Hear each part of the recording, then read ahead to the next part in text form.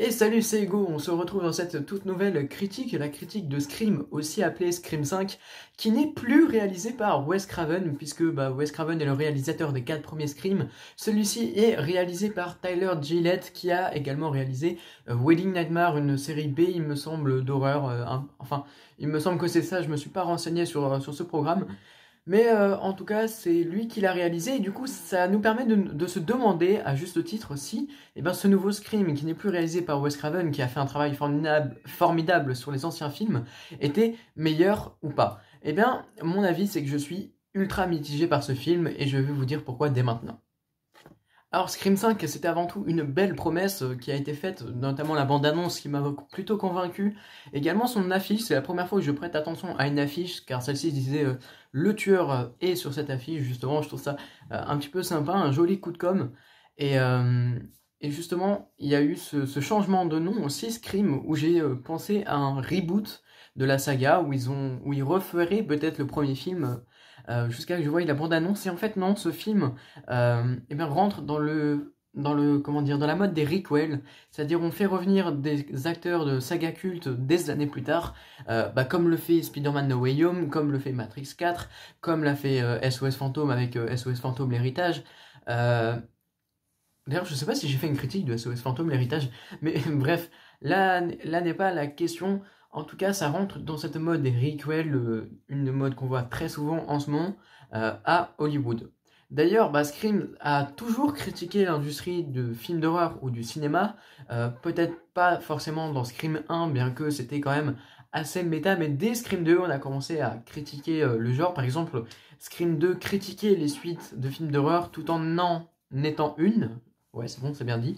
Tout en étant une bonne, je sais pas, mais en tout cas, c'était une suite de films d'horreur.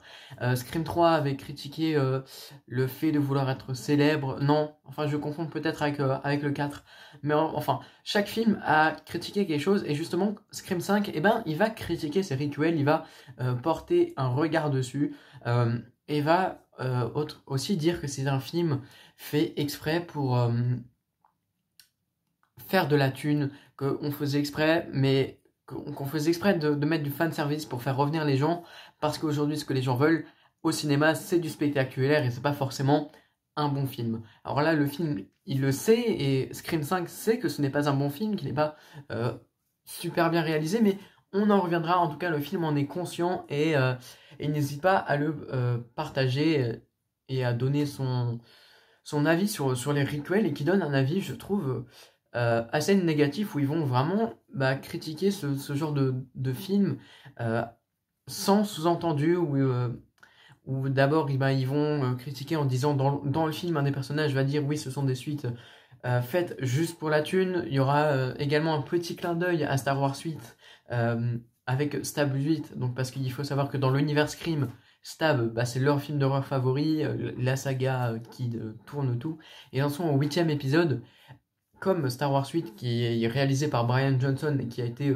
très critiqué aussi, et notamment le retour de Luke aussi, donc ça rentre un peu dans les requels, et en vrai non, ce film Scream 5, il critique tout à fait cette mode, et il le fait plutôt bien, je trouve. Cependant, même si Scream critique plutôt bien les requels, il est en même temps un requel, et il est, j'ai envie de dire, un très mauvais requel, parce qu'il fait revenir des personnages du premier Scream. Il fait revenir Dewey, qui est le shérif, il fait revenir Sidney, Gale, mais il les fait revenir d'une manière pas vraiment cool, c'est-à-dire que l'intrigue, en fait, elle serait pareille s'ils étaient totalement absents. Encore, le personnage de Dewey, il a une importance assez conséquente pour le film. On pourrait s'en passer, mais il a quand même un rôle à jouer, il a quand même une importance. Mais Sidney et Gale, elles sont là, juste pour dire qu'elles sont là, et elles servent strictement à rien. Même dans le final du film, où tout le monde est censé être réuni, elles ne font pas grand chose, et c'est ça quasiment tout le film. Alors c'est sans spoiler, donc je vais pas en parler, je vais pas le dire, mais ouais, c'est pas pareil. Je pense que l'intrigue aurait été pareille, en fait, s'il n'était pas là. Et dans ce cas, on pourrait se dire que les nouveaux personnages sont, on va dire, ce qui sauve le film. Non, pas du tout, parce que les nouveaux personnages ne sont pas ouf. C'est-à-dire que c'est comme la formule de base de Scream, un groupe d'amis dont parmi eux se situe le tueur. Et en fait, ce groupe d'amis, ben, il est pas du tout développé. C'est-à-dire, on ne connaît pas chacun des personnages. Il n'y a aucun qui diffère d'un autre. C'est des personnages vraiment tellement osef, je trouve. Et tu sais que le tueur est parmi eux. Mais en fait, ils ont... Alors, ouais, je sais pas comment dire, mais tu sais que le tueur est parmi eux. Et du coup, tu t'attends à ce que le tueur soit bien développé psychologiquement. Que tu attendes que tu aies, on va dire, ces tracards. Enfin, que tu aies déjà des sources de motivation, des choses qui peuvent l'inculper. Mais là, ils sont tous aussi osef les uns que les autres, et même pendant le film, pendant 40 minutes, les nouveaux personnages seront totalement absents. Et c'est un peu une critique qu'on peut faire parce que, bah justement, ça va gâcher un petit peu le reveal du fin quant à qui sont le ou les tueurs, parce que, euh, il se peut que, si on suit le modèle de Scream 1, il y ait plusieurs tueurs. Je ne dis pas pour pas spoiler, mais il peut y en avoir un, deux, trois, voire quatre. Donc je vais pas spoiler ce qu'il y a dans le film, mais en gros, ouais, ça tue un peu le reveal parce que tu te dis, ah ok, c'est lui, mais cependant, il n'y a pas cet effet de surprise qui fait, ah oui, c'est toi, ok, d'accord. Parce que en fait, euh, si tu veux, ils sont pas développés et du coup tu peux pas te dire, tu peux pas être surpris en fait parce que ça va pas te toucher. Le personnage il va pas t'attirer et il va pas te toucher étant donné qu'il a pas du tout été développé. Mais quand je dis pas du tout, c'est vraiment que dalle, nada, zéro quoi. Euh, Zéro développement sur le personnage. Mais ce qui est quand même cool avec ce groupe d'amis, c'est que ils connaissent la saga Scream au travers de leur film à eux Stab. Et ils savent que le tueur est parmi eux. Et ça, ils en jouent. Et très beaucoup, il fait... Par exemple, il y a un moment où... oh, tu devrais pas être seul avec moi parce que si je suis le tueur, t'es mal barré. Tu vois, c'est plein de petites choses comme ça. Alors ils en jouent. Et c'est drôle, ça casse un peu le cliché du film d'horreur. Mais au lieu de faire ça sur 1 heure et demie de film, bah développez vos personnages plus. Et comme ça, on sera plus surpris lors du reveal. Parce que vraiment, ça fait... Ouais, bon, ok, c'est toi. Mais justement, par rapport à ce reveal de fin, euh, finalement, c'est pas une grande surprise parce que personnellement, ouais, dès l'introduction, dès les 5 premières du film, j'avais déjà trouvé le tueur. Et j'ai entendu beaucoup de critiques qui disaient la même chose. Euh, on connaît l'identité du tueur grâce à ce reveal. Et enfin, grâce à l'introduction. Et le film, il essaye de t'emmener sur différentes fausses pistes où tu te dis non, ça peut pas être lui parce que lui il a ci, parce que lui a fait ça, parce que lui était à ce lieu-là et tout. Mais ça t'amène à plein de fausses pistes et quand t'arrives le reveal, tu dis ah bah en fait j'avais raison, c'était lui. Et c'est un peu dommage de dire que le premier personnage que t'accuses au bout de 5 minutes, bah c'est lui. C'est carrément dommage. Et clairement, bah, ils ont rien fait pour le cacher, c'est-à-dire que le personnage, il a une tête de, le tueur a une tête de psychopathe, et du coup, tu sais cache que c'est lui. Et alors du coup, c'est forcément la personne que tu vas accuser en premier, mais tu vas dire, bah non, ça peut pas être lui, forcément, ils vont nous mettre plein de fausses pistes, et au final, tu seras surpris, mais pas du tout. C'était le premier sur lequel tu tombes. Donc c'est assez dommage. Cependant, concernant Scream, en fait, sur la base du film d'horreur, sur le slasher en soi, enfin sur le côté horrifique du film, eh ben, c'est clairement très peu présent parce que le film ne fait pas du tout peur. Et en fait, le film, comme je disais, il cherche pas à être intellectuellement intelligent, il cherche pas à être innovant, il cherche pas à faire mieux que les 4 premiers Scream. Il part du principe qu'il est mieux et que il n'y a pas à s'améliorer. Il part du principe en fait qu'il est mieux que le premier Scream. Il pense qu'il est meilleur, qu'il est plus sympa, mais il devrait pas du tout raisonner comme ça. Parce que, en fait, tu sens qu'il cherche pas à innover, à ramener de nouvelles scènes dans le cinéma qui font que voilà, tu vas être assez surpris des meurtres. Par exemple, je pense à Spiral, l'héritage de Saw, où ok, peut-être que Spiral c'est pas le meilleur film et que tu peux le critiquer sur plein de choses, mais au moins sur l'originalité de ces scènes de torture, de meurtre, tu peux pas le nier, elles sont bien faites et c'est assez original, même si le film est mauvais. Et là, c'est ce que je reproche, c'est que bah, non, les scènes de meurtre, c'est toujours la même chose.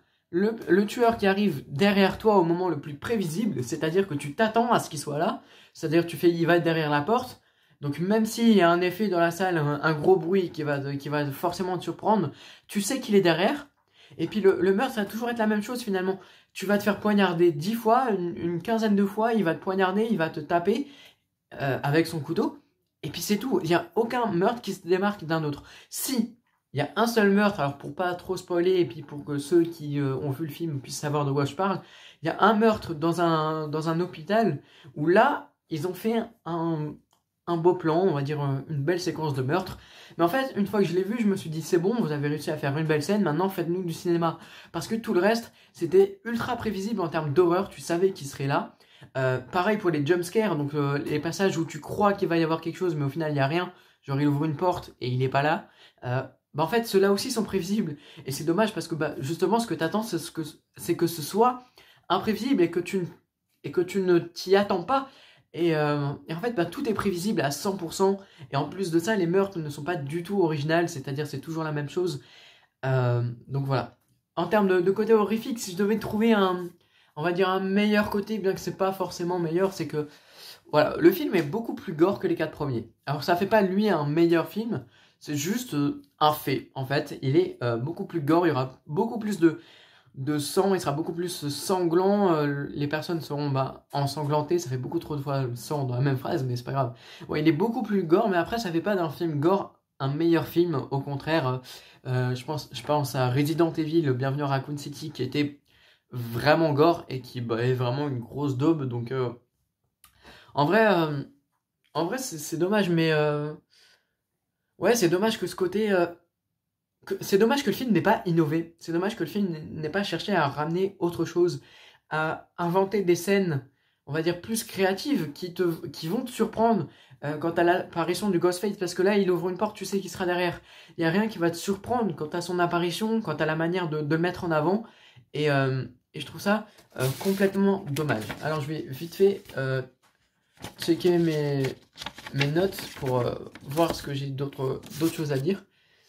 Ouais, ça je peux en parler. Alors, c'est Scream 5, malgré le fait qu'il y a beaucoup de défauts, ça reste un bon divertissement. Là où j'ai très clairement taclé Venom 2 sur le fait qu'il était nul à chier et qu'on s'ennuyait à mourir, autant Scream 5 c'est pas le cas. Oui, il est nul, oui, objectivement il est mauvais, et oui, c'est voulu, encore une fois je le répète, c'est voulu par le réalisateur, c'est dommage, il aurait pu faire quelque chose de vraiment génial, mais c'est voulu parce que il souhaitait faire pas trop changer le style du slasher, donc c'est dommage. Il n'en reste que Scream est d'un très bon divertissement, c'est un petit côté ludique, notamment le côté Cluedo, partie Cluedo où tu vas tenter de découvrir qui est le tueur. Alors même si au bout de 5 minutes, tu l'as trouvé, t'es persuadé que c'est lui, en fait tu vas chercher les preuves qui vont te faire dire ok, ouais, c'est sûr que c'est lui. En fait, tu vas plus chercher à confirmer, enfin moi c'est comme ça que je l'ai vécu étant donné que j'ai trouvé le tueur rapidement. Tu vas plus tenter à confirmer le fait que tu as raison, que tu as trouvé le tueur, plutôt que de véritablement chercher le tueur. Après, si vous ne l'avez pas trouvé dans les 5 premières minutes, ce qui n'était pas du tout prévisible pour vous, vous allez vous amuser à chercher le tueur, à découvrir des alibis, genre je pense que c'est toi qui l'as tué avec le chandelier, ah non c'est pas possible parce que tu étais dans la cuisine.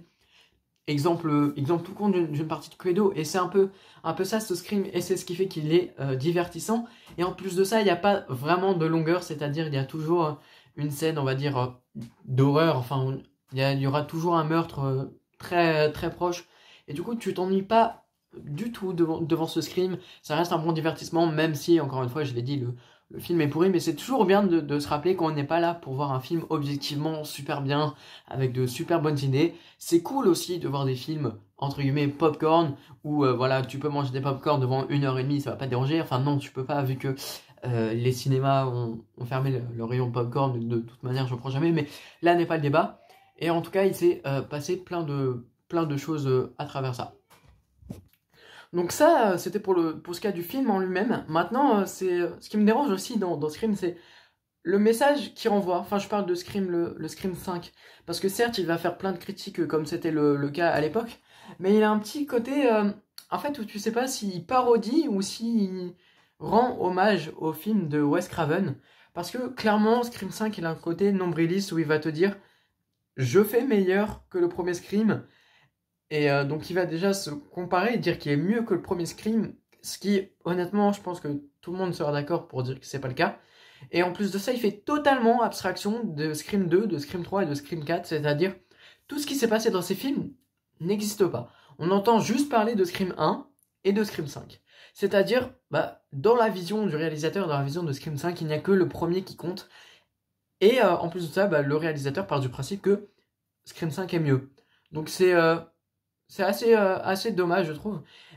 En fait, ouais, c'est ça, il est un peu cynique, je regarde mes notes en même temps, mais il est un petit peu cynique quant aux autres films, quant à ce qui a été fait par le passé avec la licence Scream. Alors même si il se vend comme un hommage à Wes Craven, justement en fin de film, on a Pour Wes, qui est affiché en gros dans le cinéma, il cherche quand même à faire mieux. Et je trouve, si tu rends hommage à un film, tu cherches pas à faire mieux, tu cherches à faire peut-être pareil, peut-être une idée différente, tu cherches à innover, et c'est pas du tout ce que fait ce film.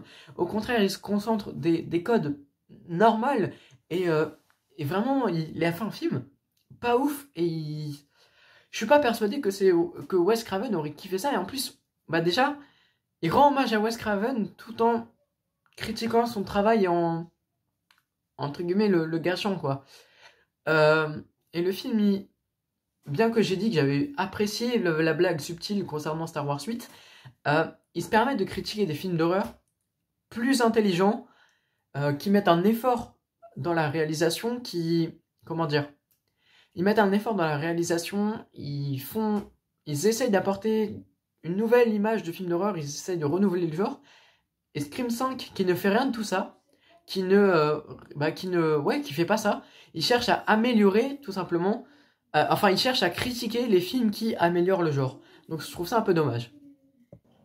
Donc pour conclure, oui, Scream 5 est un mauvais film. Après, comme je l'ai dit, c'est fait exprès ou pas, mais que ce soit fait exprès ou pas, en fait, je pense que finalement ça change rien.